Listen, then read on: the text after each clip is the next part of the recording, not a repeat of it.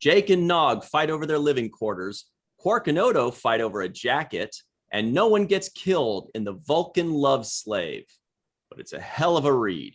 Hey, everybody, and welcome to The Seventh Rule with Cirroc Lofton. Hello, hello. My name is Ryan T. Husk. Today, we're doing a review of Deep Space Nine, Season 5, Episode 9, The Ascent, written by Ira, Stephen Bear, and Robert Hewitt Wolf, good friends of ours, directed by Alan Croker. I'd love to know more about him. And it is a Nog episode, special guest, Malissa Longo, ladies and gentlemen. Hello. Yay. Alan Croker. I don't know if I remember him, but hopefully you do, Cirroc. We also want to give a very quick shout out to a good friend of ours. Hopefully we remember how to pronounce the last name. Delphine Nagirampatse. I think that's how Nagirampatse. Yeah, I think that's good. Yeah. A good friend of ours up in Toronto, possibly. We were talking about you the other day. We love you and miss you. Can't wait to see you at the next round table. And thanks for showing up at the live chats. One of the coolest ladies ever. And we love her. Yes, absolutely. We do love her. Okay. Very Now, very good on the pronunciation too, by the way, Ryan. You get who an A for knows? that one. Who knows? At least that's what I'm guessing. Only Delphine really knows, but thank you. That's true. And she's so nice to us. She'll be like, that's fine. Good enough. Bless That's you. fine. That'll do. That'll do. Yeah, that's enough. That'll Move do. on. Also, we do want to remind you guys that if you enjoy our show and you'd like to support, please feel free to go to patreon.com/the7th rule, become part of the team. All kinds of really cool benefits and goodies that come with that. You can support with just $1 if you like, or many dollars. That's the 7th rule on Patreon, patreon.com/the7th rule. Also, the easiest and freest way to support is please give this video or audio file, what is it called? A like or 5-star review. Do comments in the comment section below. Please be sure to subscribe and hit the bell notification. And let's talk about this episode. Let's do it. Jake and Nog back in business. Woohoo. Man, Yeah. that was And so cool. wonderfully. Like with fireworks right away. Mm-hmm.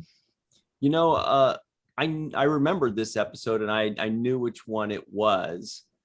And still, when they came together, it just gave me such a big smile, even though I knew it and I expected it. And it's one of those very memorable episodes that kind of just stay with you forever. But like, still, when they got together, when we get together, we have nothing but fun. Right? You guys were opposites attract. Yeah, there's a natural chemistry that happens between us. I don't know how to explain it, but it actually happens in person too, when we get together at conventions or wherever we are. Whenever we get together, for some reason, there's this natural kind of energy, this flow, this synergy between us where we make the perfect odd couple, Yeah. Yes. Yeah. Isn't it true, right? Yeah, totally. Yeah. There's this special kind of energy there that's unique. It's and instant. Yeah, it's always like I don't know, maybe like two brothers fighting, or always always trying to one up each other or pull each other's card, or out them for something. It's like a friendly rivalry. I don't know. There's just this way that we go and communicate with each other. It's similar to how what you see here in this episode, which they did a great job of showing. Odo and Quark also have this kind of thing where they just go right into their routine, and it's like, it's like Abbott and Costello. It's just they're gonna do that. Their routine. I love it. Yeah, they go into their routine. It's like, oh, I hate you, and I hate you too, and oh God, I can't wait to bust you, and I got away with everything. It's just, it's going to be there, and it's really heartwarming, and it also shows to me a level of genuine friendship that I don't think that you can't just write on the script. It has to come through between the two actors. They actually have to have this kind of feelings about each other, you know, or ability to relate those feelings. So there has to be some chemistry between the two people in order for this to be pulled off the way it does, the way it is with Quark and Odo, and obviously with Jake and Nog. Right, right. Mhm. And you know, when Jake and Nog did get back together again, it was, for me, when it hit me right away, it was more, it was not just about the chemistry between you two, but on top of that, I was hit with a wave of nostalgia.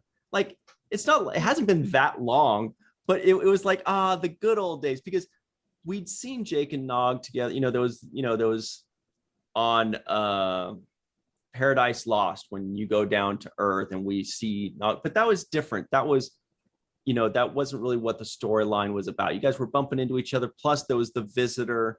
You guys have definitely had some moments over the last season or two, but this was Jake and Nog back on the station, rooming together as buddies. There was a certain nostalgia that brought me all the way back to like the first season, when you guys are having hijinks and going to class together. And it was really nice to see. It just made me smile immediately. Yeah, it's like they're back home together in the place where they grew up, and it's such a nice natural progression of how they've grown. It feels so honest, authentic.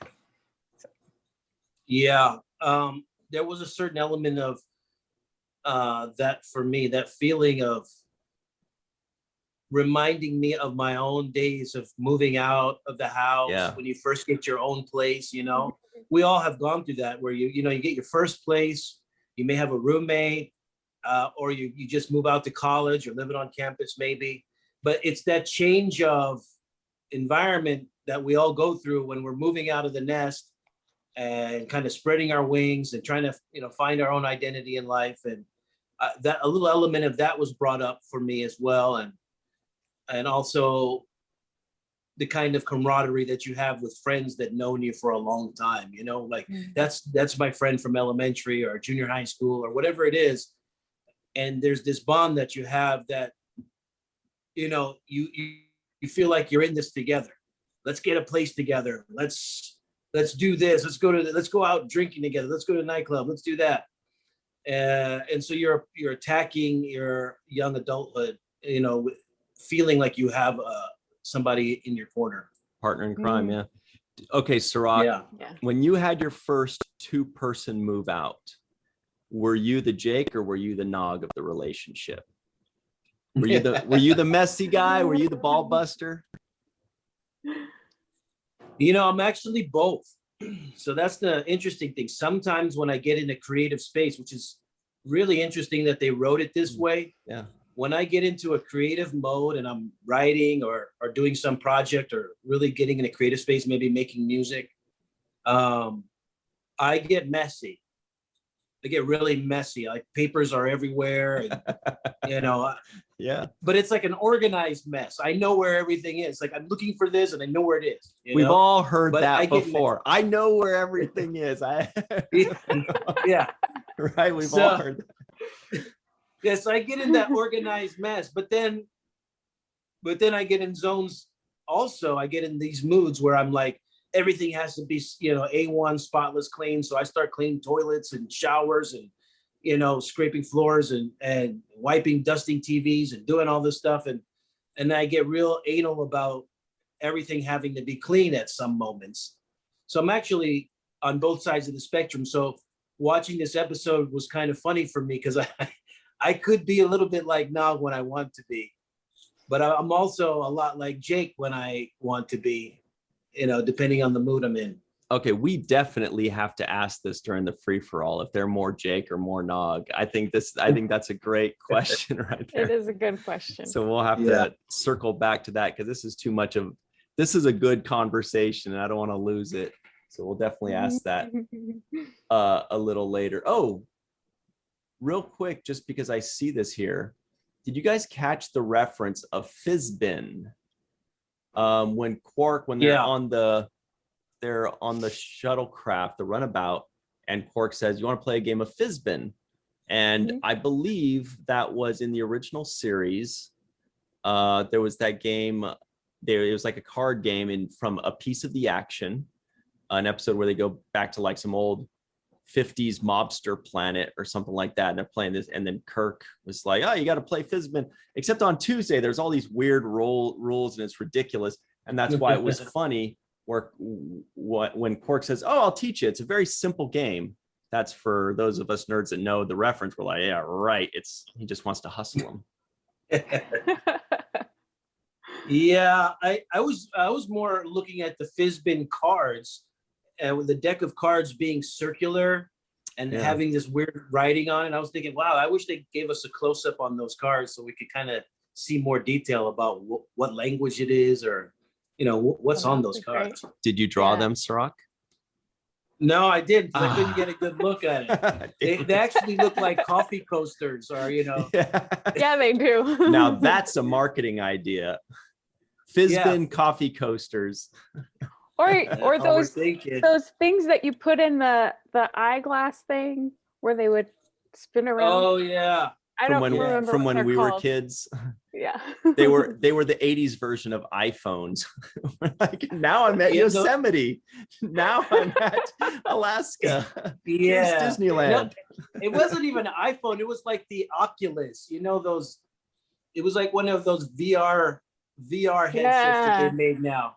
But it was basic, so you actually had to put the photo in there. You didn't get a digital anything. Right. Oh man. Those were the good days. Yeah, kids will never know the struggle. Yeah. The struggles. Okay. So, boy, there is a lot to let's keep it on the Jake and Nog for now, since there's a lot of Quark and Odo too. But I did find it interesting, and we know that this was not an accident, especially when Robert and Ira are involved in writing this thing and writing it exactly the two of them, it says. It was deliberate that basically Jake and Nog switched roles from the early seasons, where Nog was the troublemaker, and he was messy and he was hissing all over the place, and Jake was teaching him to read. And now, not only is Nog super cleaned up and practically militant, but he's checking Jake's grammar and punctuation. It's like, oh, I didn't check it for content. I just, correcting your crap. Yeah. I it too. Yeah, I thought that was switched roles. I was like, completely. Yeah. I really like the way that Nog has kind of matured in his whole approach to life. Like I like the maturity. I like the growth that he's shown. And even though he's a little bit over the top with it and a little bit too much of a tightwad about it, I do like I like the fact that he has discipline in his life, and that he's set a goal for himself, and he's willing to do whatever it takes to achieve that goal, including, going to bed early, getting up early, working out, and being dedicated to his work. So I like the fact that he's set goals for himself. He's singularly focused on accomplishing that, and he's not letting anything get in his way or being sidetracked. I like that. I agree too. Yeah, I love that it shows an evolution of where he's been and how far he's come. It's really nice to see that, especially. So much so that Rom is like, I don't even think that's my son. That was sample from him. That gave me the biggest laugh. I actually laughed out loud, which I rarely do. Was when he said, "I think he's a changeling." That I forgot. That was funny. I love that. So funny. It's and been then he's 8 hours. The file. He's like, it's been 8 hours. So far, so good. I love that. I thought that was hilarious. Yes. Yeah. And I can see him sneaking in the room at night when Nog's sleeping and stabbing him in the arm with his gun and digging his blood. so he doesn't know. I just thought that was hilarious that a father he thinks that his son has changed so much so that he doesn't even think that's his son anymore. Yeah. I thought that was great. And also, kudos to Aaron, because I remember noticing this the first time I watched it, whenever that was in the late 90s. And I remember thinking, wow, Nog looks sharp. He looks fit, you know? And that the only other time I noticed that in a Star Trek episode was in The Next Generation when Ensign Ro comes back, you know, after we saw her before, played by Michelle Forbes, and she's now Lieutenant Ro, and she's like walking kind of like statuesque, you know, and we all, you can't help but notice, wow, she looks great. She looks fit, you know? And I noticed it with Nog too, the first time I saw this. It really is believable. It looks like Starfleet Academy whipped him into shape, and this is a soldier. This is a guy that is ready to save the galaxy, and whenever his number is called. Yeah. Yeah, I agree. He did look like he looks really spiffy in that outfit. And it's hard to wear those little tight outfits because if you have any kind of bulges anywhere, they're gonna show. If and I mean anywhere. Anywhere. I don't get it. What do you mean? No. We'll talk later. Okay. But I did want to say though, you know, there were a few lines there that Nog said that I thought were classics. One when he tells Jake, "You wouldn't last a day in the academy." Like, you know, wow. He's completely sunning him in that moment, right? He's like, you got no muscles. First of all, you need to work out because you don't have any muscles. He's like, that stuff between your skin and bones. I've heard of that was so funny. And I was like, I was watching, I'm like, did he say that to me? This fucking guy has a lot of nerve. Calling out my muscle game. My muscle game. Well, and then your reaction to it was priceless, and you're like, I'm like, wait a minute, I know I got muscles up in here. Let me sit up straighter. There. Do you remember straighter? Do you remember shooting that day? Do you remember anything about it? Yeah, I remember the episode. And I do remember the theme of us getting a place together and moving in together. That was a big thing for the both of us, right? Because it is like a monumental day for a kid's life to move on and to get his own place. I thought it was funny because in the beginning, Jake's got his bags, he's packing his stuff, and Sisko is like, hey, you know, you sure you want to leave? And, you know, why don't you stay? And Jake says, I found a place on the other side of the... You can come visit, but you got to call first. Yeah, you got to call first. No drop-bys.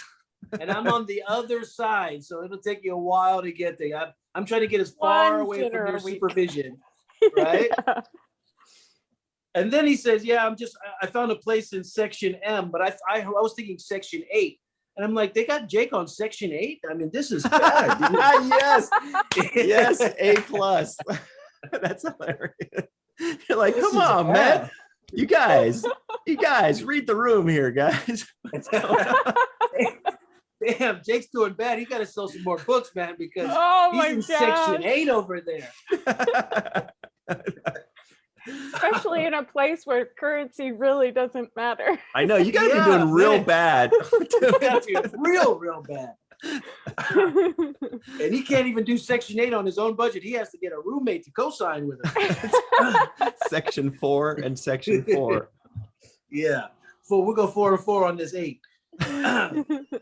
But so I thought that was funny that he was kind of telling his dad, I'm trying to get as far away from you as possible, and I want to see you as little as possible. And I think at some point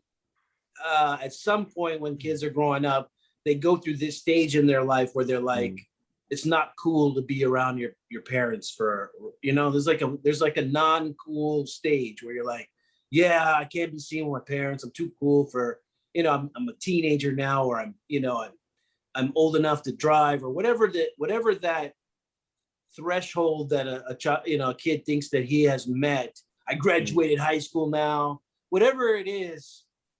that you think, it's time for me to be on my own. I don't need to see, I don't need to rely on you that much. You don't have to baby me that much. I don't need to see you that much.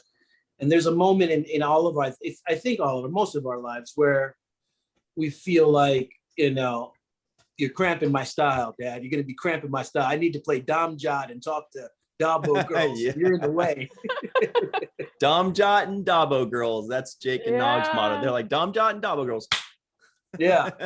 And you're in the way, Dad. I can't bring any of my Dabo girlfriends home because you're always sneaking around the corner and watching, and kicking my girls out. Well, it's difficult to spread your wings when your parents are over your shoulders. So yeah. True. Yeah. You gotta learn how to fly on your own. Mm-hmm. Yeah.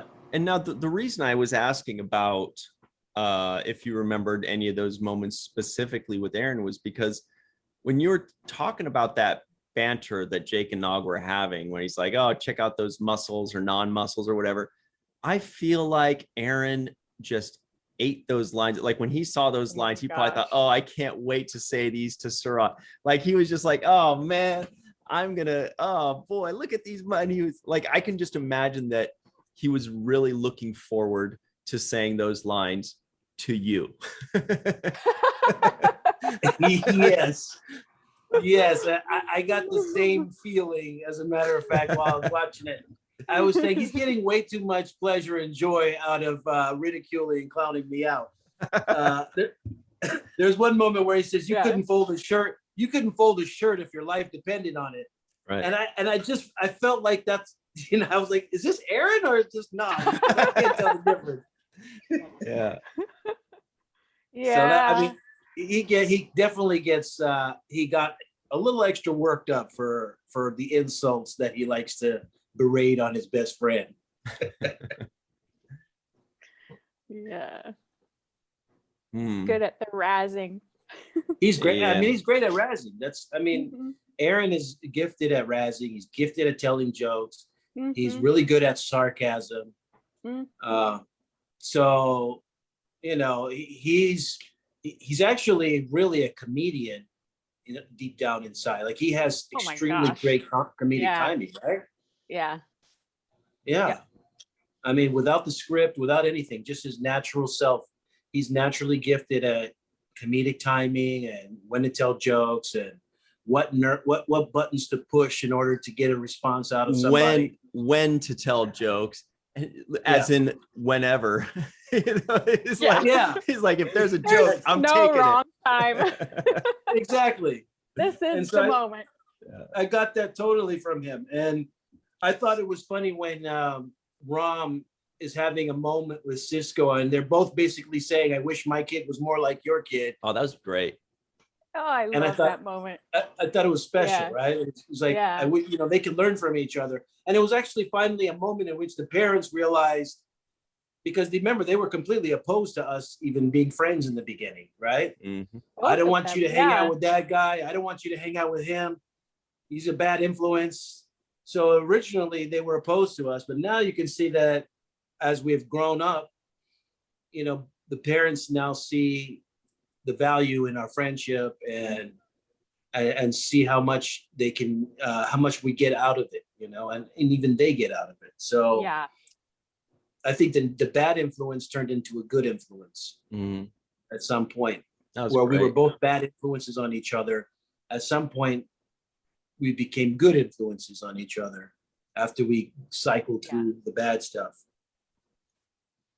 Well, we do have to run to a commercial real quick, and we'll finish up with Jake and Nog. We'll talk all about the other Jake and Nog, Odo and Quark, who were equally hilarious and adorable and lovable. Boy, they were great.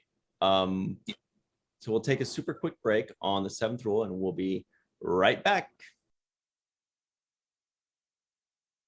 Hello, everybody, and welcome back to the 7th rule with Cirroc Lofton.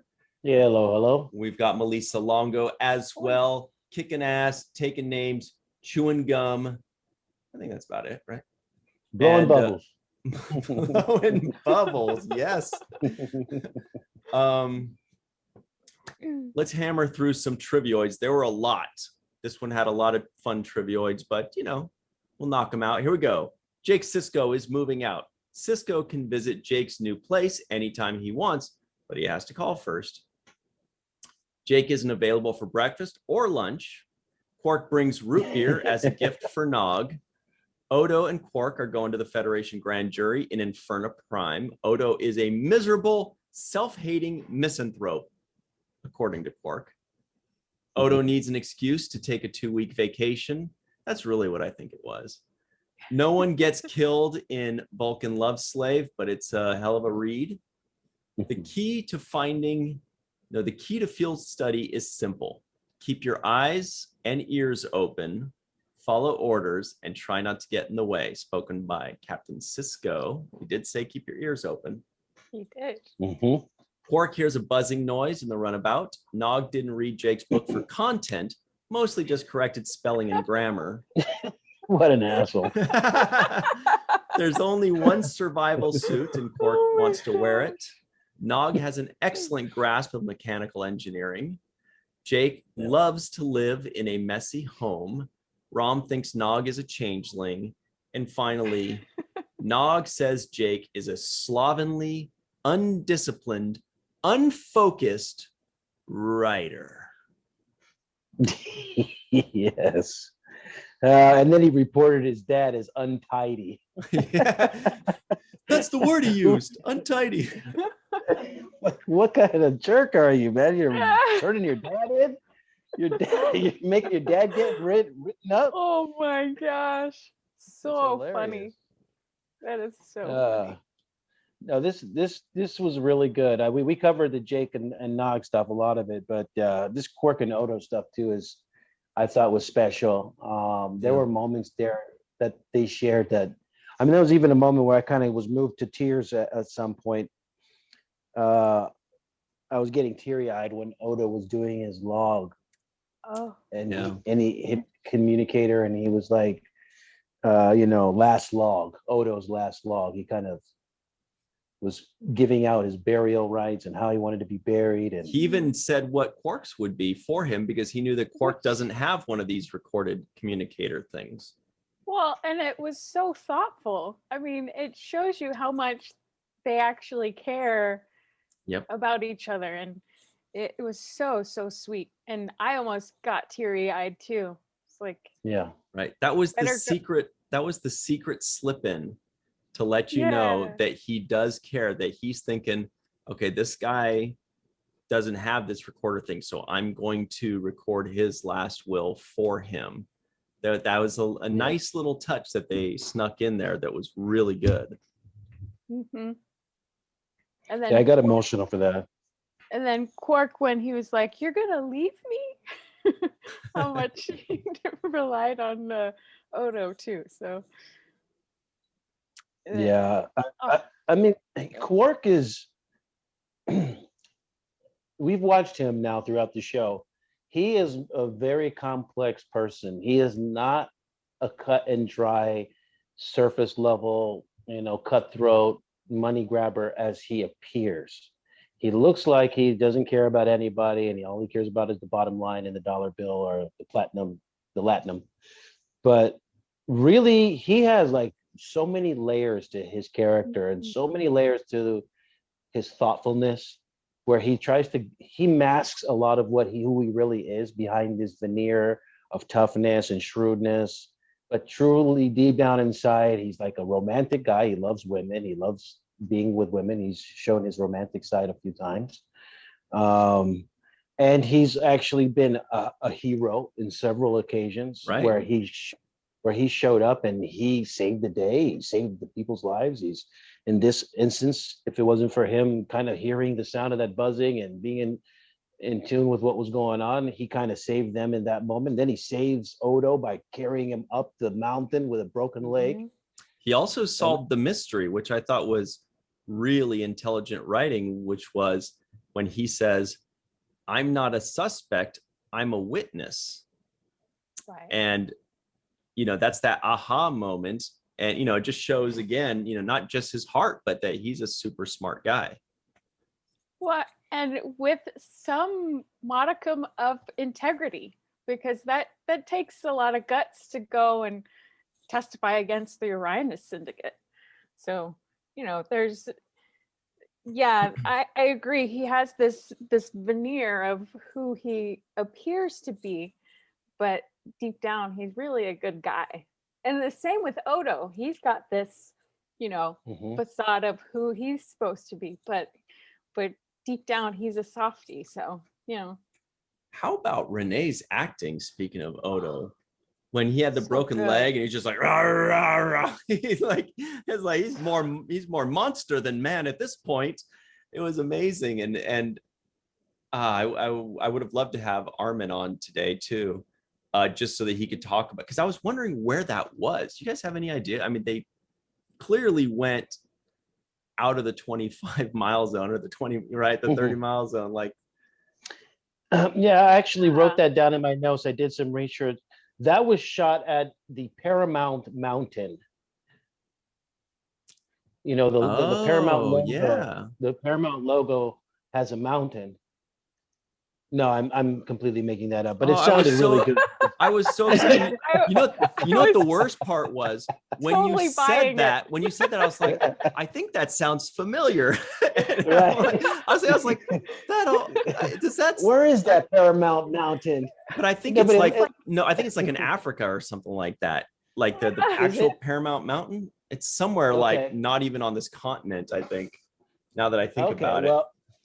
Yeah, well, I was just saying that because it kind of looked like the Paramount Mountain, with the snow caps and I was like, wow, they're climbing Paramount. Mount Paramount. Me going. No, it's in the Peruvian Andes. Oh wow. Okay, so that would make for an expensive location filming. Yeah. So I'll guess that it wasn't there. They were Paramount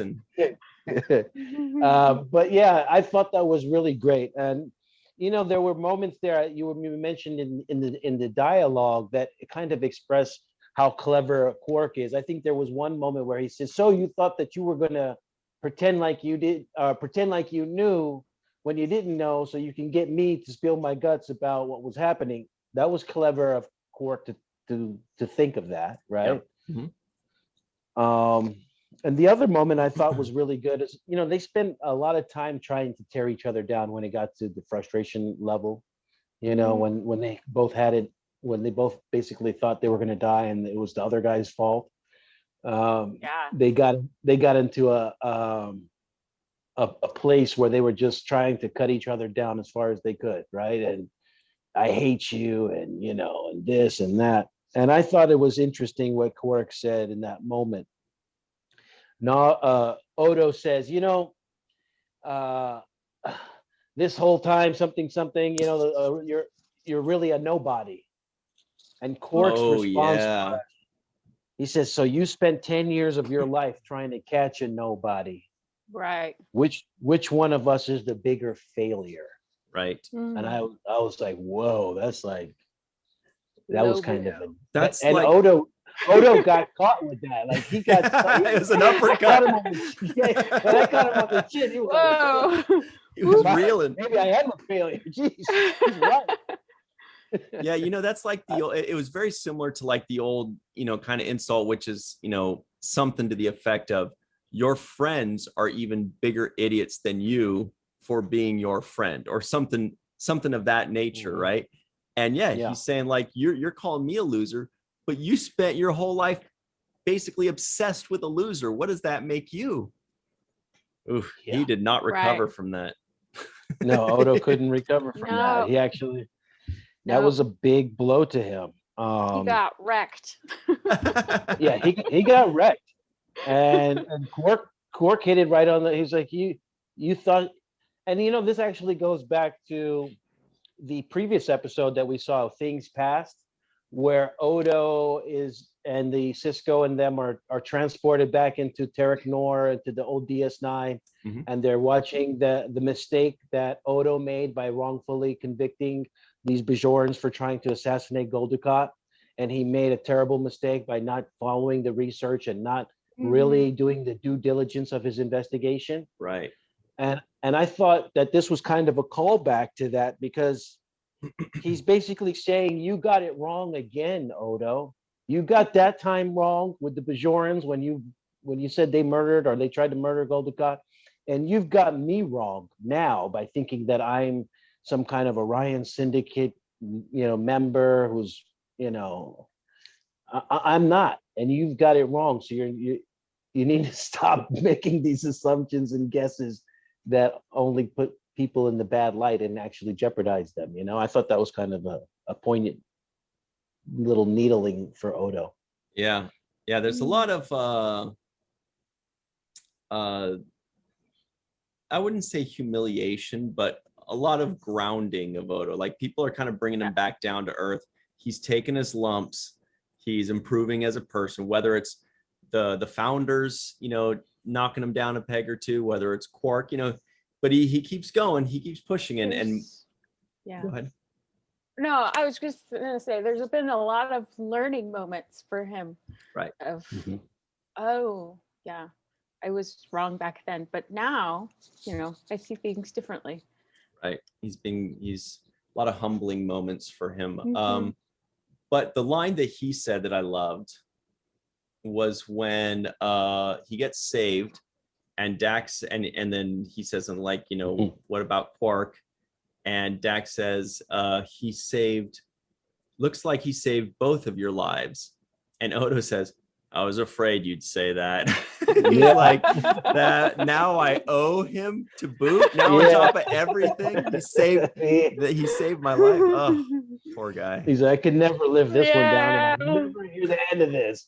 Never hear the end of this. And it's actually reminds me of when Aaron saved my life when the bus was about to hit me, right? Yeah. Oh, how do you remember that? Cirroc, has he reminded you? Oh yeah. And it was like one of those moments I felt like Odo, like, oh God, of anybody, why does it have to be him that saved my life? He's never gonna let you forget it. Nope. Remember the time you almost died, Cirroc? I saved you, buddy. And I was like, oh shit, he's right. I can't even argue this one. So yeah, that's how Odo felt in that moment. I thought that was classic. I also like the line that Quark said when he says, I just know people who know people who know people. It's like, yeah, okay. You're 5 people away or you're 2 people away. You're normally knee deep in stuff. But I thought that Odo, I loved his performance in this. He was doing so much acting with his eyes. There were just so many moments with his eyes where you could just really feel the, for example, when they were inside of that little runabout and Quark says to him, do you hear that? Do you hear something? And Odo's, obviously he's disturbed. He's like, I don't hear anything. I don't hear anything. Well, he was too busy lip smacking. Yeah. Right. I can't hear it over all this lip smacking. Exactly. And when he did the lip smacking and the buzzing noise to piss off Quark, I thought that was I loved that moment. That just showed so much humor for me. Odo really trying to rub it in to Quark and make him annoyed as possible. I thought that was classic for Odo to kind of show that kind of emotion. There was also a moment where Quark says to Odo, you always wanted to be a solid. And Odo's like, I never wanted to be a solid. And Quark's like, yeah, right, sure. And he kind of calls him on that, right? Nobody's called him on that. Yeah. Going through the list, I had a question. When Quark says that he couldn't make love, and I was like, how does Quark know that Odo couldn't make love as a changeling? Because he watches the monitors from the holosuites that he has security cameras in, and he's like, poor guy, can't even do anything. He's spying on him. He's been spying on Odo. But Odo doesn't go in the holosuites. True. I don't know. I'm He just knows like, people who that know. was the He only knows people thing who that knows people who knows Yeah. people. that was Right, my right. only thing. I was like, well, how does he know what's going on in Odo's bedroom? Just because he didn't think about it doesn't mean he can't do it. Maybe they're just really passionate about their hatred for each other, that they just like, one time they started wrestling in Odo's room, and like one thing led to another, and they're like, I hate you more, and they're just like,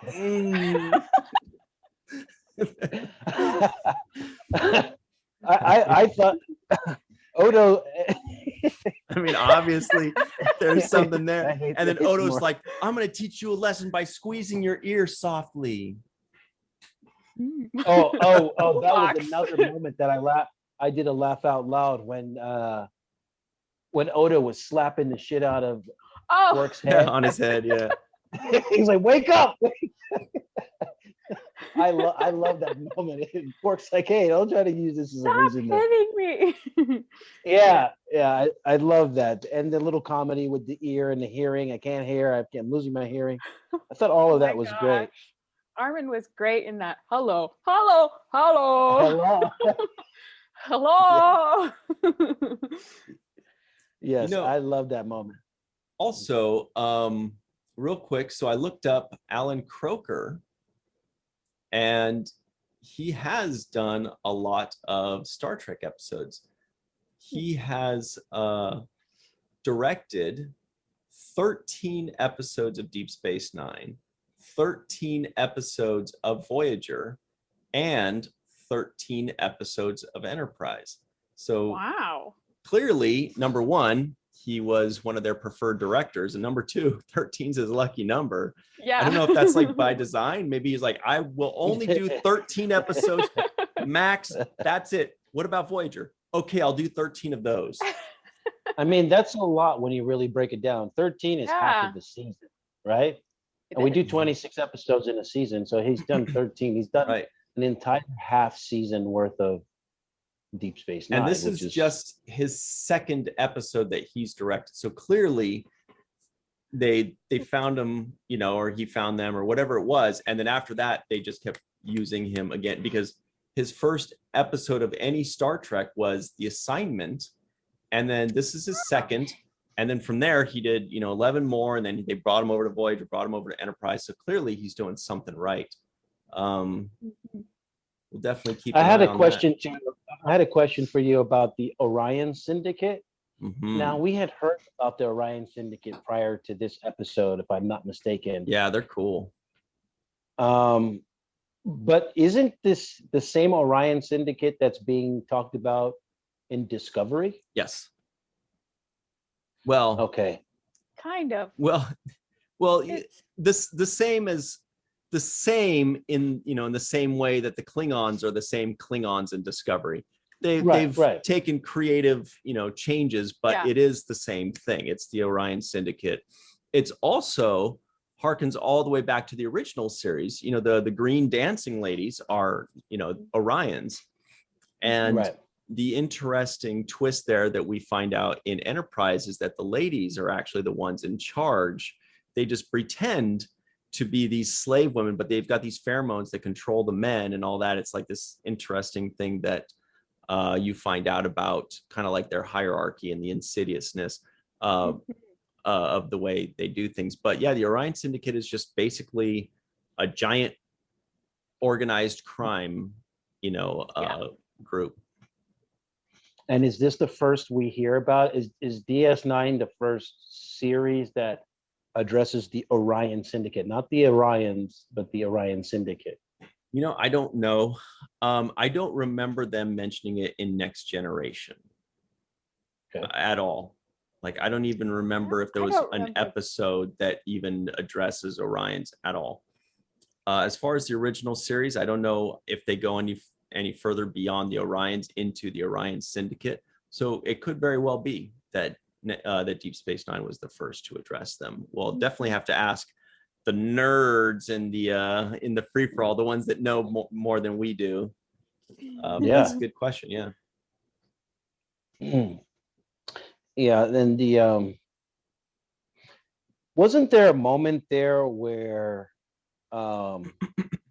Quark kind of makes a prediction that he says Nog will go on to be captain. Oh my Doesn't he say that in this episode? Yes. And I was thinking, gosh, how sweet that Quark actually believes in his nephew that much to know that he's going to be a Starfleet captain someday. But if you'll notice, that was he said Starfleet was going to corrupt him, and that was his motivation to fight harder and survive so that he could prevent that from happening. He's like, you know, my nephew's going to be corrupted by Starfleet, become a captain. Rob, and he's at the bar. He's like, that's it. He's like, I've got to be motivated, you know, to keep on going. So he's like, my brother Rob's going to get the bar. I can't give Rob the bar. I can't let Nog get corrupted by Starfleet. I got to make it. And actually, that was another moment that I thought was special when Odo, with a broken leg, decides to start pushing it up, even though he's not making it any far. I was like, the amount of courage and determination that it takes to fight through that and say, well, we got to do it one way or another, and I'd rather die trying than die not trying. I thought that was kind of inspirational for everybody out there who feels like they want to give up in life or give up on something, and it's better to fail trying than to fail from not trying. Yeah. Mm-hmm. Right. It's better. What do they say? It's better to try and fail than to fail to try. Right. Mm-hmm. Yeah, that's what I got from that episode, and from that moment. I thought it was really, and that was also part of the motivation. Ladies and gentlemen, it's the big head version. It's big head Picard. It's very don't big call head. my head big, damn it. I'm very disappointed in you. But that just reminds me real quick. Okay, here it is. It's time for the nitpick, damn it.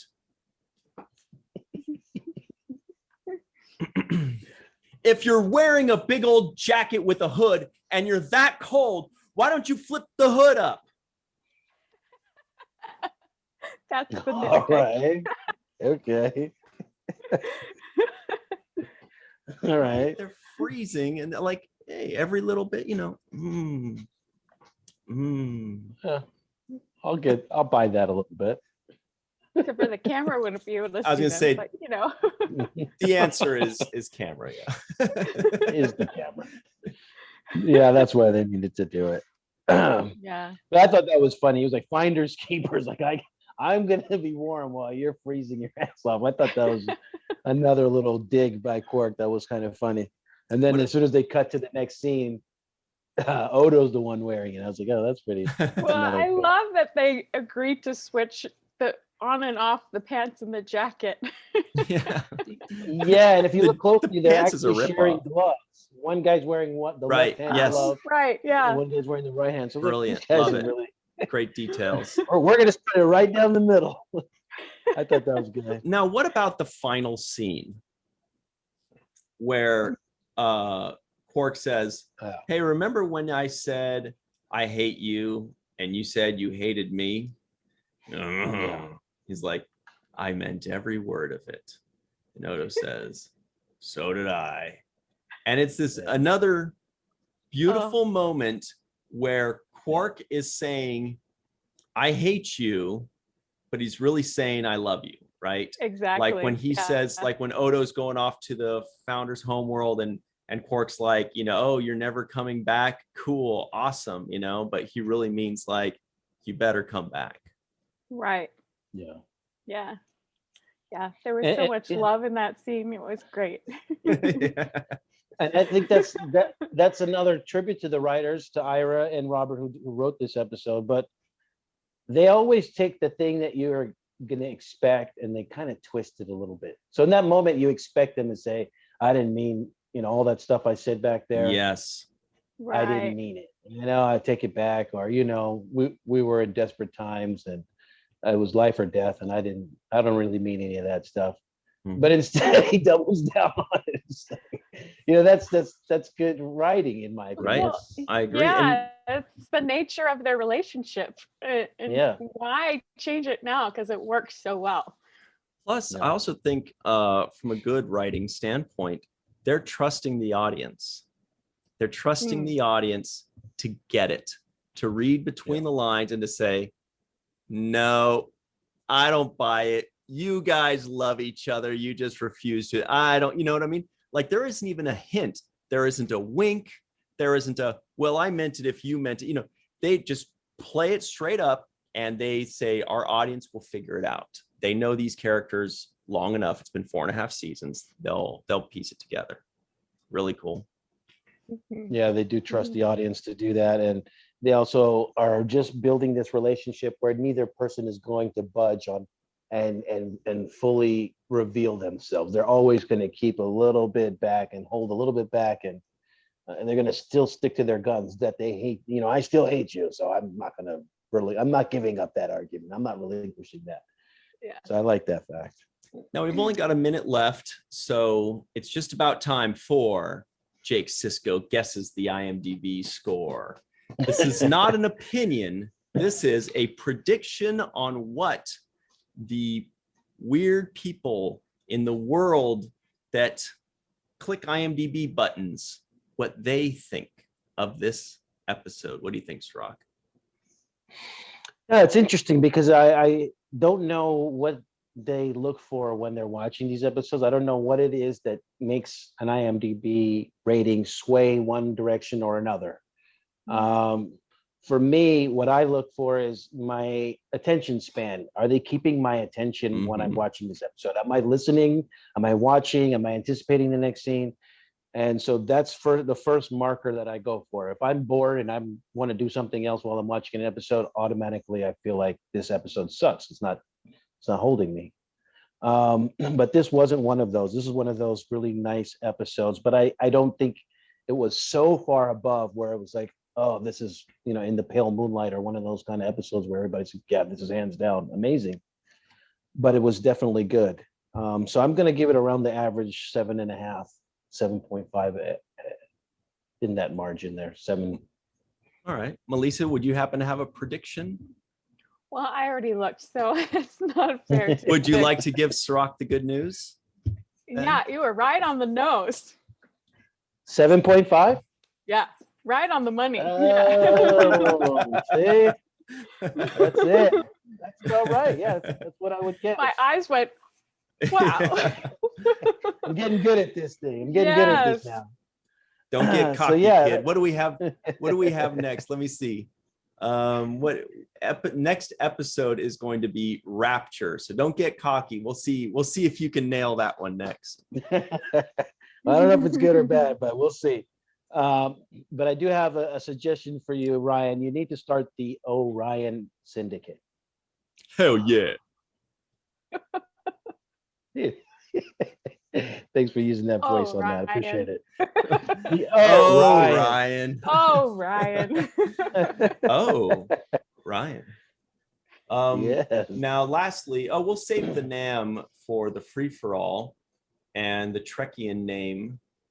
So let's give a quick and heartfelt special thanks to Carmen, aka Skillet, PJ Tomas, TJ Jackson-Bey out in Missouri, Bill Victor Arucan, Yvette Blackmon, who we were talking about earlier off the air, Homer Freezy somewhere out in New Yeezy, Eve England, who sends chocolates sometimes, Dr. Marie Segal, Dr. Susan V. Gruner, Titus Mohler, Tim Baum, and Darlena Marie, and Malissa went to chocolates. Chocolate. All right, so everybody stick around. We will hit the free-for-all next with all of the superstars, and we'll be right back on the 7th rule. Welcome back to the 7th rule with Cirroc Lofton. Hello. We are joined for the free-for-all by TJ Jackson-Bey out in Missouri. Background. And Eve England out in Wales. And Homer Freezy from New Easy. Bling. Hello. And Dr. Marie Segal. Oh, Yeah. And our lovely host, Ryan T. Husk. And Out Melissa in the Longo. mountains. Oh wait, I think you already Oh. introduced yourself, right? Did you? I did not. No, know. Melissa Longo. Whoa. So Whatever happened to the Arsenio Hall? You know, nobody does the Arsenio I Hall know. anymore.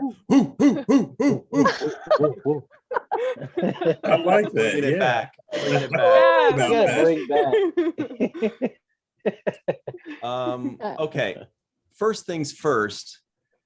Everybody's wearing some pretty interesting shirts today. Cirroc, I've held the urge to talk about your shirt, but it does look like an Abyssinian kiosk thing, just from the line to the top. Am I right? Yeah, this is Abyssinian. Yep, this is Gorgeous. the triangle or pyramid. Mm. Yeah. Okay, so very nice. you can find that shirt and many others, like Eve England's gorgeous I'm not ordering it right freaking now. shirt. Woo! So Wait a pretty. second, Anne-Marie, hang on, hold that up again. Well, I'm trying to. I haven't found the exact one yet, but yeah. Anne-Marie She might is be- I liked the green teal with the pink. Oh, That's I know. nice. There's like a seafoam with a gradient. I have to think That's about this nice. for 2 minutes. Yeah, I think Sue has that one. Sue has Oh, that one. I think cool. she might have made this one custom for me because I wanted a different Beautiful. color. Gorgeous. Oh, so wow. you're gonna have a tough time finding that on the website, is what she's saying, Anne-Marie. I'm gonna have to like give it a little bit of thought for the day. But everybody watching at home or listening at home, in the description box below, you will find a link for AbyssinianKiosk.com. That is Cirroc's sister that runs that website and designs all of the cool items on it. Check it out. Really cool, really awesome. Melissa Longo, walking art made by Melissa. You will also see that link in the description box below. Check out what she's wearing right now. Great River will provide. So good.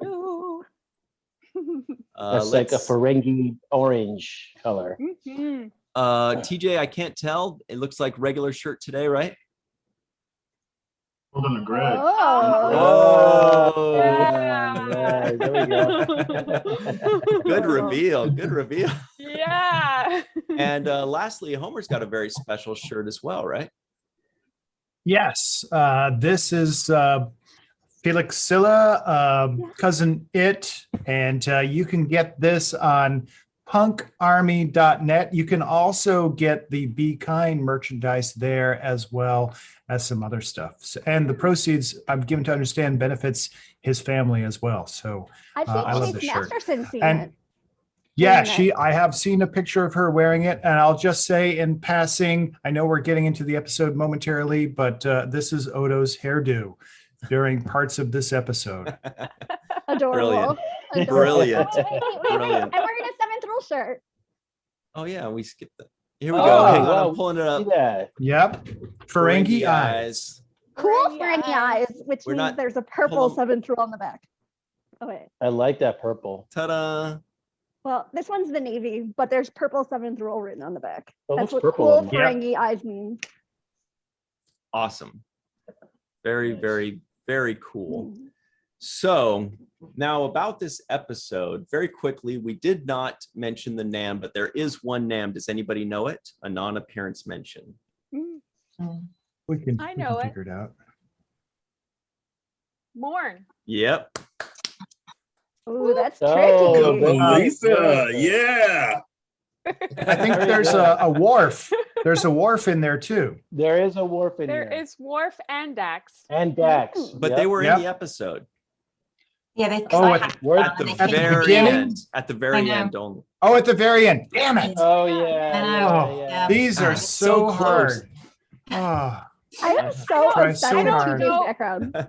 And I don't know if the Orion Syndicate counts. Does that count? Oh. It's a No way. No. Oh man, I'm scared just Okay. mentioning It- them. It needs to be a character, I think. We also had a Trekkian name or Trekkian nomenclature or whatever we're deciding to call these. Anne-Marie hates that we don't have a Trekkian No, I name for the just feel like Trekkian names.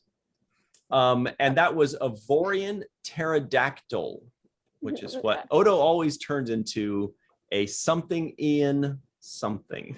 He loves flying. Yeah. All right. I don't think a cold-blooded type of thing would have been good in this world. I think he would have been a lot slower than he thought. Hmm. Very good point about the reptiles. Oh, Yeah. yeah. But we don't know if that one We has don't. feathers. Right. It could be a completely Or different type fur. of life form. Yep, exactly right. Yeah, you're right. Mm. Okay. Odo probably knew what he was talking about. Hey, Just didn't have his hair I- gel with him. He didn't have his gel. So funny. There was a Thrown in moment the too. trash. Sorry. Yeah, right. There was a moment too where Odo says, he's like, what would Sisko do in this moment? I was like, that's pretty cool. I like that. Mhm. What would Sisko do? WWSD. yeah. Yeah. Yeah, I like that reference. Oh, nice background, TJ. I didn't notice that. Isn't it amazing? That's Yeah. like my favorite moment in Star Trek. One of my favorite moments ever. There's such a roommate. Oh yeah, And that's that the is such a roommate. true Great. roommate moment. Poor Jake. Okay, so speaking of roommates, here's a good question for you Well, I guys. knew this was going to be the question. What's the question, Anne Marie? If Who you're would you so like to be sure. a roommate in Star Trek with, right? No, that's a pretty Oh, good 'cause I gave it a lot question. of thought. That's a better Okay. question than mine. But my question is, It's In a two-part a- question now. That's going to be Yeah. part of the question. in a roommate situation, are you more of a Jake or a Nog? See, are you? I'm more of a Jake, just for the record. I'm more of a Jake. Anne Marie? What do you think? Are you more of a Jake or a Nog? For common space, always Nog. Just because it's considerate, you know? What about not in common spaces? Well, then, like, if work's busy or something, like, that would be, like, it's not as important if it's just me, but if it's common space, for sure, it has to be Nog. Okay, and by the way, everybody that's going to Star Trek Las Vegas, listen carefully to these answers in case you're looking at sharing a room with somebody. This is very important info. Yeah, this is clutch. What about you, Eve? I am definitely more of a Nog. James is definitely Jake. I am constantly picking up clothes everywhere. Fortunately, he hasn't got to leaving clothes in the replicator, but that would just drive me insane. It does drive me. And I'm like, you could just put your clothes away, as you know, and he just, oh, they're just they're on the bed, they're on the chairs. Oh yeah, no. That I was just looking at that thinking that is my home situation. I am so tidy and James is so not. So but I would not be getting up at 4:30 to go to the gym. That is definitely Yeah. that's pretty more like Oh my James, gosh. but not me. I'd be in the duvet having a lazy Yes. morning. Yeah. In the duvet. I like that. Yes. Yeah. Okay. What about you, Homer? What time do you spend in the duvet? I don't think we have. I assume a duvet is a bed cover. At least that is what it is to me. And we don't have a duvet going on currently, but we do have a weighted blanket, which is Okay. quite nice. Mm. What time? I think you're asking my bedtime ritual, which is fine. I tend to go to bed around 10 o'clock and get up around 5:30 or 6. I think I should try to get a little bit more sleep, but you do what you can with what you have where you are. It's also a Wait a perfect minute, you got background for that Nog's answer. hours. Yeah. So, You got Nog's I hours. take- What a Yeah, lights so, out at 2200. Yeah, I 10 o'clock. to answer the other question, yeah, I think I lean more towards Nog than Jake, and I really have to wonder how Jake was able to toss his clothes in all these locations that were at camera level in 9 hours. I know it was 9 hours, but still, that's a well, lot of. I have 3 changing your younger clothes. brothers, and it's definitely possible. He was looking is. for Okay. his bus seat shirt. It's like I'm going to Yes, shoot this exactly. one over there. Just a straight Yeah. line. I Yeah. bet they threw that in as well. I think you could see that outfit, couldn't you, when Nog threw it at him at one point. There were some good outfits though. It was like greatest hits of Jake's clothes that Nog Yeah. picked up. How fun. I was Must have been a thinking nice Jake would stroll be down memory lane. wrinkled. Oh yeah. Like, wouldn't Jake be more wrinkled if he doesn't fold his clothes and he just leaves it laying around? Oh, Well, He'd have a bunch of wrinkles fabric all over. is wrinkle proof Oh, yeah, wrinkles don't wrinkle-free. exist in the future. in the Okay. Yeah. Just bad hair days like Odo had. Man. I actually love that duvet on Jake. I kind of want it for my apartment. It's so cute. Wait, It so does a look duvet, really- so that is a duvet a blanket or is it something that goes over a comforter? blanket. Duvet, well, duvet cover, and then yeah, the duvet is the comforter part. The comforter. Okay. Yeah. It doesn't look soft So enough it's- to be a duvet. It's probably It does. something That one in- doesn't look soft enough. Right. You're right. The one I'm Right. wearing in this looks a Mm. little bristle. Just a and hard. comforter from like a bed in a bag It's a space Yeah. at duvet. Sears. Yeah. Okay. Space duvet. Thank you. And he was able to remove the tags. It was fine. Yes, they've gotten rid of the penalty for Yeah. removing tags off. I'm of so pillows. glad they did away with those in the future. They're so annoying. Yes. Now, speaking I of just want to tags, know how.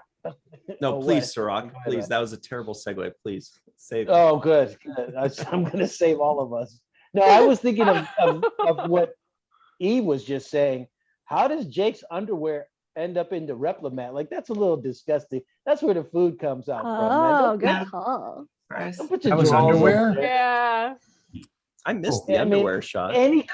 Any clothes in In where the your food Replicator. Yeah. is a bad deal. You know. I thought that was a really good way of showing how bad it got. So, that is Right. the epitome of Yeah. untidiness and bad Right. roommate Yeah. behavior. And that Yeah. actually that does bring us to our next question, which was if you had to eat replicated food out of Jake's underwear, which replicated That was not a question. Yeah. I would go hungry. TJ, Room service from Quarks.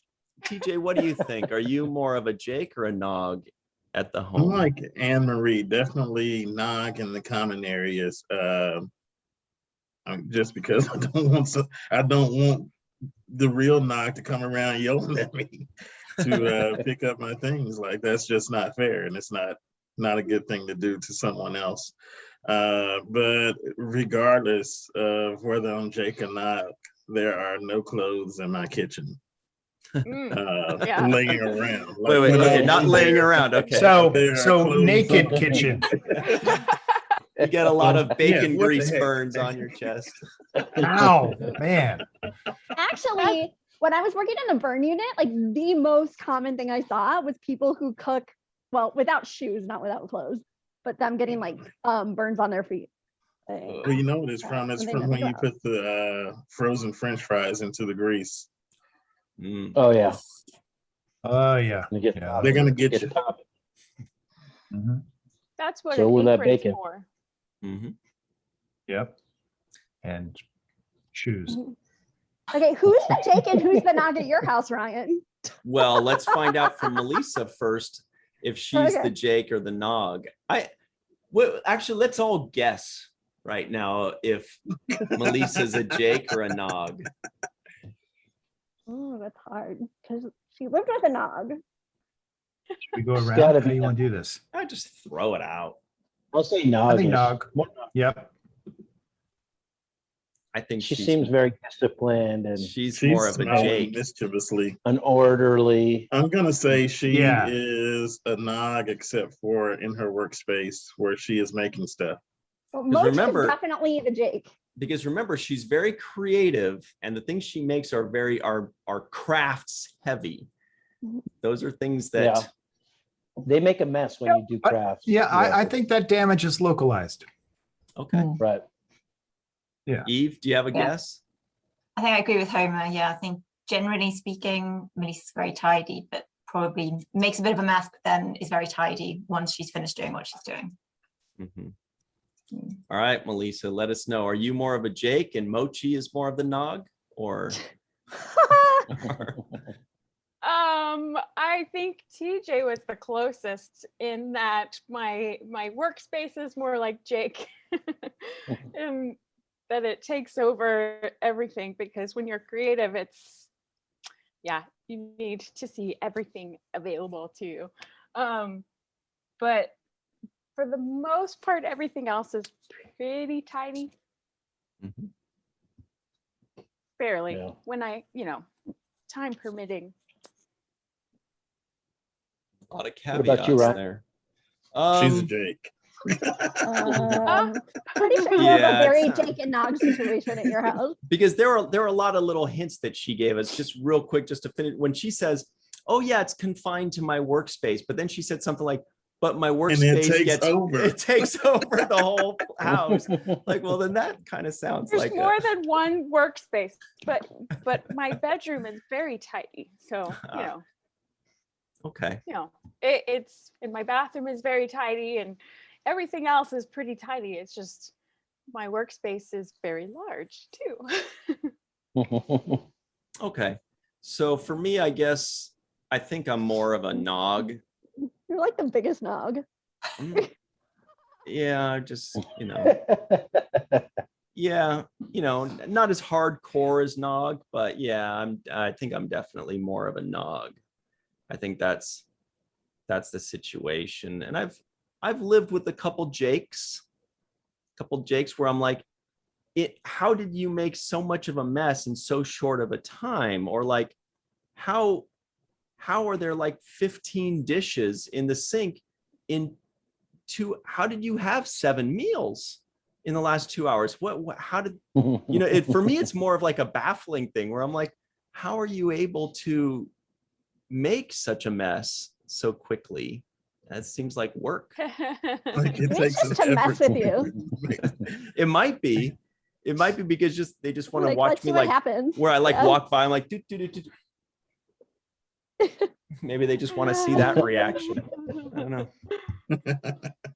Anyway, you guys have any thoughts on this episode of the frenemies? It's kind of like the two varying sides of the frenemy zone. There's the real friends that just had a little enemy spat, and then there's like the full-on enemies that really love Are each really other. friends. Yeah. Oh, I love when the I had a few friend moments in the spat. series when like Rom and Ben Sisko get to talk, like meet up to talk about their sons, just like on the same playing field, just as two dads. Those moments are really special where they like drop their ranks and they're just two men who love their sons. I think it's so cute. Yeah. Yeah. I like the way Captain Sisko pulls rank at the end and he's like, "Nog, you don't have any choice." Yeah. And Jake, you don't have any Don't have any choice. choice. So cute. So we're gonna go with, I'm the boss around here. Okay. So we're gonna go with what I say. I like that moment. And how cute was it to see Jake and Nog make up and be buddies again? Oh, I love it all. I love it all so much. It's so real. Yeah, this episode reminded me of Avery's son, Cabral. Oh, that's a cool name. And yeah, it is a cool name. Cabral is I believe it's an African tribe name. And there's actually somebody with the name Cabral that's on the money, one of the Secretary of Treasury named Cabral. So when you look closely on your dollar bills, you can find Cabral's name on it. We used to tease him about that. But at one point or another, Avery's son and I actually became roommates and moved in together and shared space. Really? And we essentially lived out in this whole episode in real life, where we were the best friends in the beginning and hanging out and doing this, and then we get in an argument over something stupid like a video game or something, like really stupid. And then you just, then you're living with somebody that you're arguing with and not talking to and mad at. And it's like, so we lived this whole thing out. And of course, Sisko, or Avery in this case, was the peacemaker, like, all right, you guys gonna figure out how to work this out. So this episode reminds me of my real life experience with Cabral. Wow. Yeah. It's really cool. Yeah, actually, real quick, some of you may know our good friend, Mr. Scott Baker. Shout out to him. But I think he said it best when he said, like, he can't live with roommates because he can leave pots, in the sink for days on end. But if he has a roommate and there's a pot in the sink for like 2 minutes, it just annoys the hell out of him. He's like, if it's Totally. someone else's pot, it drives me crazy. Yeah. Also, when like your roommate gets a significant other and then he's over all the freaking time and like trying to control the TV and stuff drives me insane. Trying to control the TV too. Yeah, and I'm like, maybe I want to watch Real Housewives. I know it's stupid. It sounds personal. Yeah, definitely. I know. No, I always want to. Sounds like a personal I story. feel like that's Yeah, directed yeah. toward a specific person. Yeah. Right. I mean, when it's good, it's really good. I hope they're watching. Yeah, right. No, but you're right. Not cool There's enough like like certain Star Trek. things that come up, like even like food in the refrigerator. You might have kept something that you wanted to eat or something, and you're like, "Where's my sandwich? I had to have the sandwich," or whatever it was. And your roommate got to it before you got to it. Like little things like that can just boil over to like the end of the world, right? It's like, Yeah. What did Jake say? He said, I wouldn't be caught dead in those pajamas. and Jake, of all people, talking about somebody else's wardrobe. Like, Good point. Exactly what I was thinking. as many cute. pajamas as Oh my you wore, gosh. Jake. How many outfits I've seen you wearing, Jake, that look like worse than these Pajamas. cadet Yeah. uniforms. Yeah. So I thought that was funny. and then Nog's comebacks too, right? You wouldn't last a day in the academy. You couldn't fold the shirt if your life depended on it. You just kept. You don't have any muscles.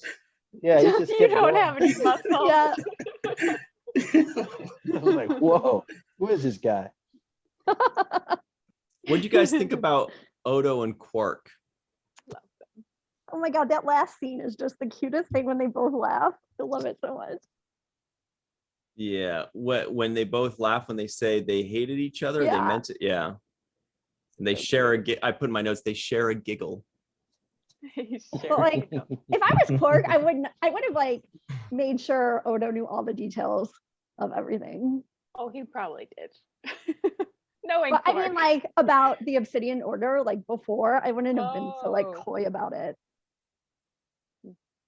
Also, there's a place by Mm. me called Mickey Spillane's, and every time I walk by there, I think of this episode, like Odo reading his dorky detective novels from O'Brien. So cute. No, he was reading a romance novel, wasn't He he? was. Yeah, Yes. he does like those and like Steamy. Mickey Spillane detective novels, like so dorky. It was So neat cute. hearing Armin read that though. Oh my The God. Vulcan I was love thinking, slave. I was thinking about his broken leg, and I was thinking, wouldn't there be a first aid medical kit that would be like the first thing you would take with you if your shuttlecraft Unless- crashed? That's a You would good have point. that on handy. Maybe Odo right? just forgets about it because he's not used to like having a real body or a Yeah, Unless it was destroyed in the crash, like Like the other everything suit. Yep. Yeah, everything else, all And the the food, hair I'm sure it was. and Yeah, the hair gel other space. and most of the rations. All the rations except for 2. Right? Mhm. Oh, right. Okay. We're also supposed to say,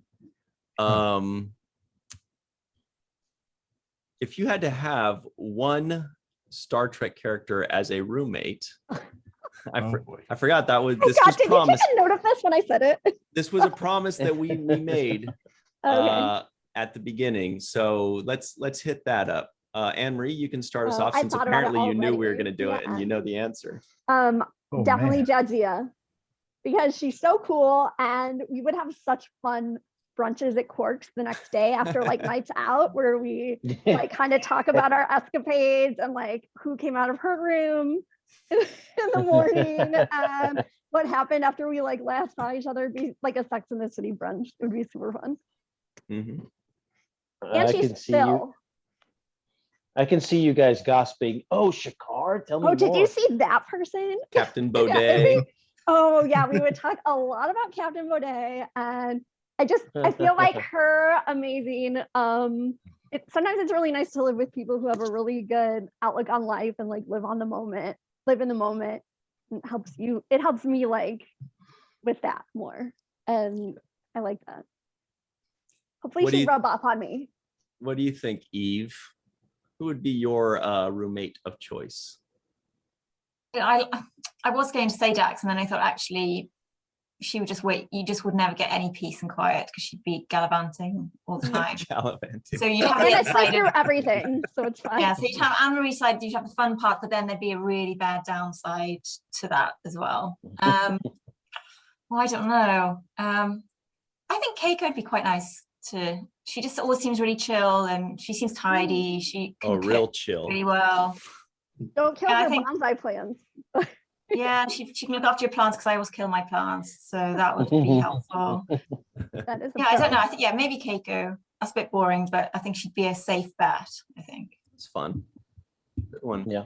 What do you think, Homer Freezy? It's a tough question, Ryan. Tell Anne-Marie. Answer Anne-Marie's I didn't question? want to do it. So- Already thought I about this didn't for wanna do years it. anyway. No, I hadn't. But I was gonna, and I may still say this, O'Brien. But then if he's going to leave his socks all over the place, then yeah. I'm not into it. But It can be any to- Star Trek ever. well, in that case, I think just because I think they'd be a lot of fun, Mariner. Oh, Oh man, good luck with that. Sounds I like a know. nightmare. Yeah, it would put me out of my comfort zone more than Would likely, get but stabbed with yes. a bat lift. Oh, you'd be on an adventure with Maren. He's a boy. masochist, That's this right. guy. Yep. Okay. Nice knowing you. Yeah. There are safe choices and not quite so safe choices. He's an adventurer. Transfer order of She'll turn you into straight Boimler Homer Frizzell. Yikes. Boimler. Wow, I love that unexpected answer. Great. All right, Very TJ. Did he take your answer, TJ? that was my answer. I was gonna mic Oh, People said I'm sorry. Mariner. You're ready to mic And drop yeah. on that moment. Wow, I did not That see would, this coming. well, then Yeah. you can take Boimler. I did think about having Boimler, and that would be cool. You take Beckett, I'll take Boimler. That would be cute. Like when we need to get away from their antics, then we'll go somewhere else together. Oh, you guys would be such It would good be- roommates. It would be a fun group of four. Yeah. Yeah. True. That's Nice. true. Okay, I'll go back. Since you got Beckett, I'll go. Boimler or Rutherford. He seems Okay. like a pretty cool guy to hang around Cool. with. Yeah. As long That's as a it's an good one. animated character, TJ's happy, basically. You guys can all go for margaritas. You know what? Actually, my backup was going to be. I always go to Charles Tucker III because Interesting. we're just going to have a fish fry just about wow. every day, Catfish. or steak and potatoes. That's a good point. And he's Fish best buds fries. with the captain, so that's a good end for me. Oh my god, I love the reasoning. This is amazing. There are no bad answers. Yeah, Yeah. that makes me think Yet. Paul Yet. should be mine then, because she's vegetarian. Yeah, sure. But You want the massages. no, Melissa, what's your answer Yeah. for the roommate? Now that T'Pol is Oh my god, taken. did Ryan almost blush? Peter to Paul and Mary. No, that's not my answer. I was just going on like if we're going anyway. Melissa, please continue. Yes. Grudge. Yeah, Oh. that's a good plan. Oh, adorable. Damn. Nice. Yeah, You I actually need to That's change Mochi my answer. 2.0. Wait, but what would Mochi say? Ooh. Oh. Mochi would be eaten by that giant cat. Yeah. No, Mochi is still queen, but Okay, yeah. Mochi God. would have the grudge. Yeah. Oh my god, Queena. she's feisty. She can hold her own. She's little, but she is mighty. All right. All right. Cirroc, what do you think? Well, I figured if you had to lock me in a room with somebody, I would Uh-oh. take the intendant. Yeah. Oh my gosh. She can boss me around all she Wow. wants. I'll pick it all up. What You're you never need? leaving there. Pick up your socks for her. You're never getting out whatever. alive. She needs a sex slave. So, I'll have to conform. Thing on. Yeah, is it? Oh Hello? boy. At least he'd die happy, I you love that know. you're honest. If you're gonna go out with the intended. That's the Oh way to my go. God. Right. Very true.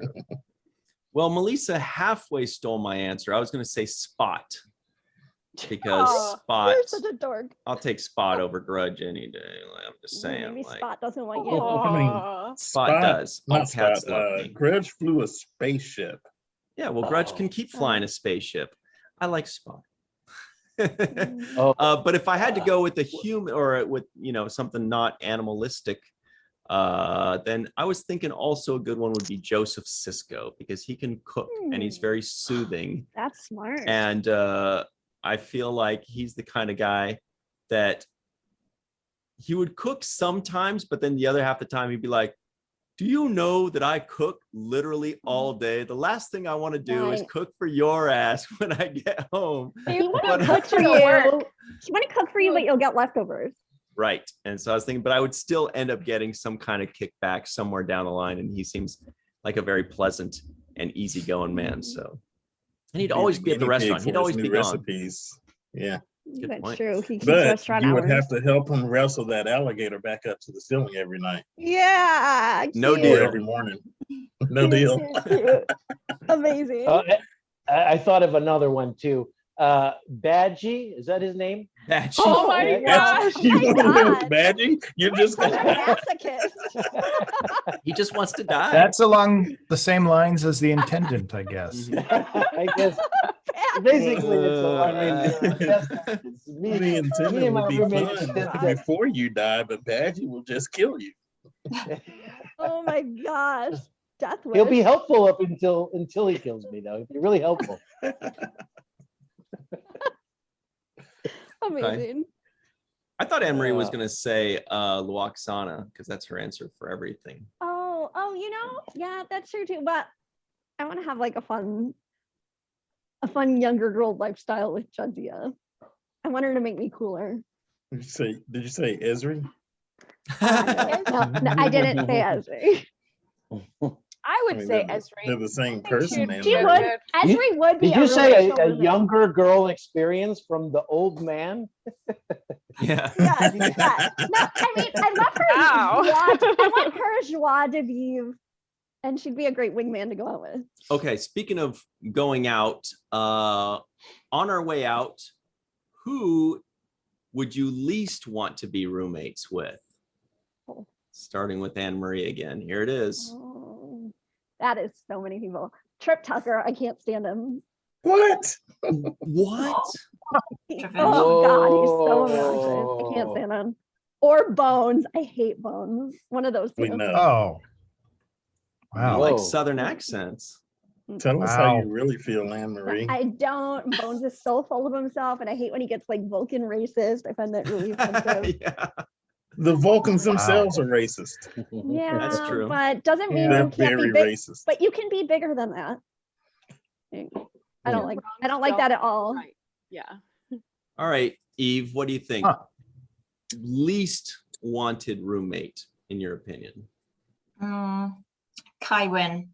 She would just be awful. Yes. Good call. That does Oh, sound she would just horrible. be nagging. Good She'd just be That's so. that's the number Yes. one answer. Ding Yes. ding ding. Yeah. Yeah. That's a good one. I think that's Good call. You yeah. can't even So borrow they her says- clothes. You want to pass or play? Yeah, she would make me boil over. At some point, I'd be like, "Bitch, Yeah, I give you it just a had day. to." Hate you. And she'd be like, calm down, my child. Oh, it'd just be so. You I know, hate Oh, that. she's God, never gonna it's so pay her share of the condescending. bills. She'd grab you and be like, your pie is weak. Yeah.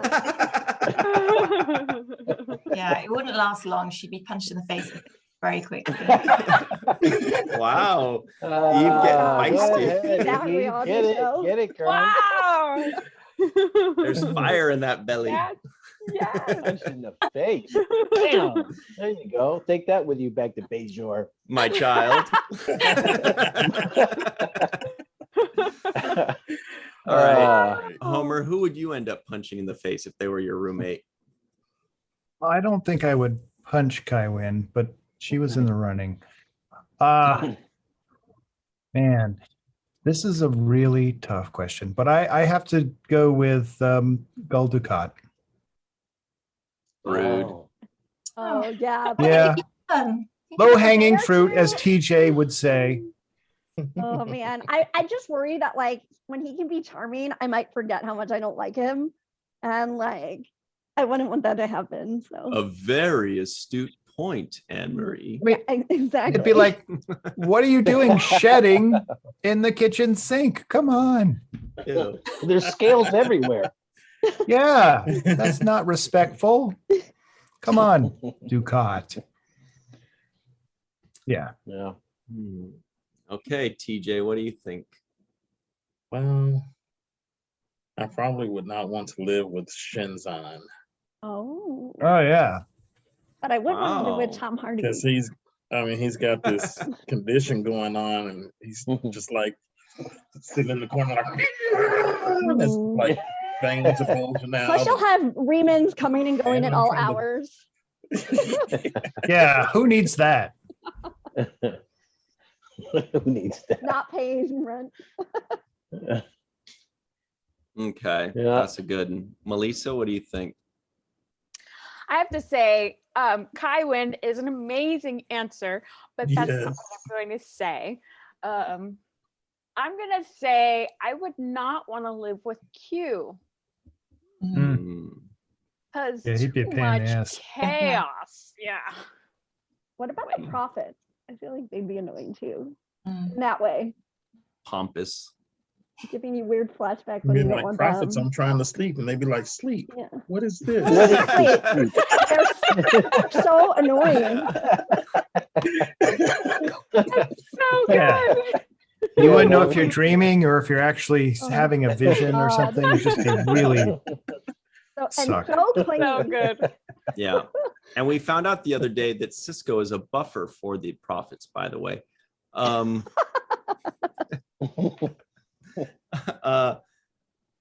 I almost called you Jake. Cirroc. What do you- Jake is a brother.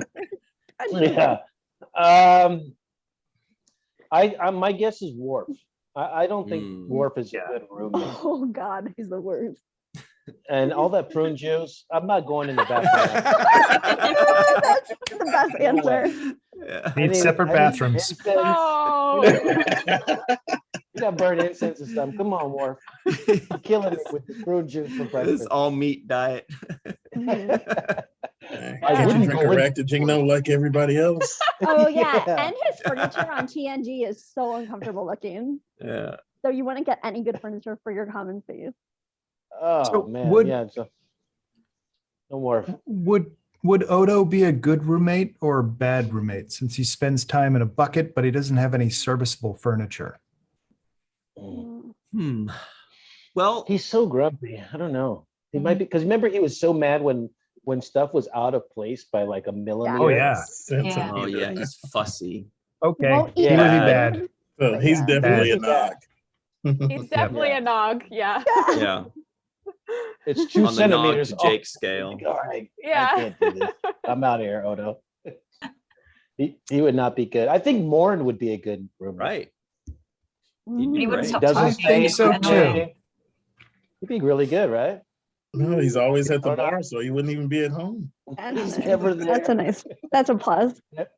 And when he's there, he's quiet. He's not on the phone talking all night. He's gonna be supposedly great. talking all night, but Yeah. maybe not. It's a silent call.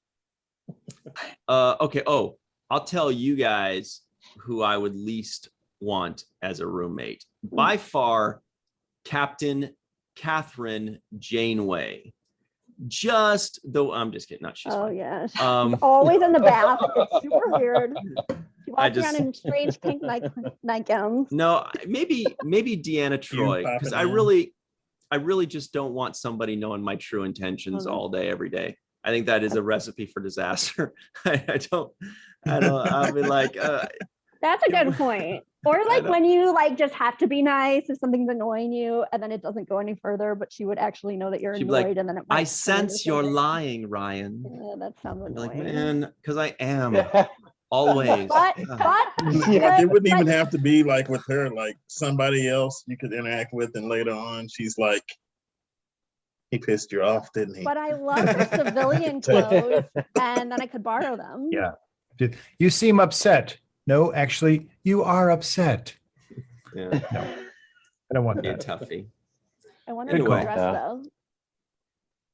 Yeah. That's a good call. All right. Well, I guess we better run, guys. Everybody at home, let us know who your preferred roommate would be, or who your least preferred roommate would be.